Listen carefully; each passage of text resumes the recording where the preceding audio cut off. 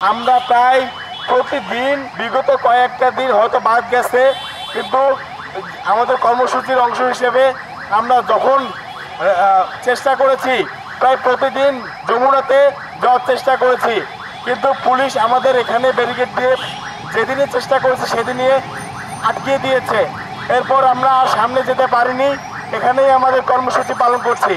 আপনারা জানেন আমরা দিনের একটা সময় এখানে কর্মসূচি করি এবং বাকি যে সময়টা আছে দিনরাত 24 ঘন্টায়, সেই সময় আমরা রাজু ভাস্কর্যে অবস্থান করি। আমাদের সবসময় ওইখানে অবস্থান কর্মসূচি অব্যাহত থাকে। আজকে যে কর্মসূচি এখানে আছে, এই কর্মসূচি এখান থেকে আমরা শেষ করব। সে যখন শেষ করবে তখন থেকে আমরা আবারও রাজু ভাস্কর্যে ফিরে যাব এবং ওইখানে আমাদের অবস্থান কর্মসূচি অব্যাহত থাকবে।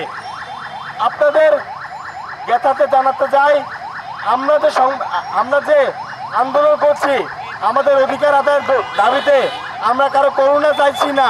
আমরা চাইছি রাষ্ট্র কর্তৃক আমাদের সাংবিধানিক অধিকার, আমাদের মর্যাদার অধিকার, আমাদের কর্মসংস্থানের অধিকার।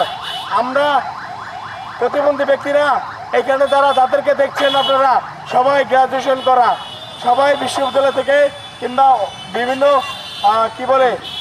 কলেজ থেকে গ্রাজুয়েশন সম্পন্ন করেছে। আমরা এই পর্যায়ে বলতে চাই, আমাদের মতো যারা এত কষ্ট করে পড়াশোনা করেছি তাদের কেন রাষ্ট্র কর্মসংস্থানের ব্যবস্থা করছে না, তাদের কেন রাষ্ট্র অবহেলার চোখে দেখছে? আমরা আমাদের যে ন্যায্য অধিকার আমরা সেটি চাইছি। আমি আপনাদের উদ্দেশ্যে জানাতে চাই, যতক্ষণ না আমাদের দাবি পূরণ না হবে ততক্ষণ আমাদের আন্দোলন অব্যাহত থাকবে।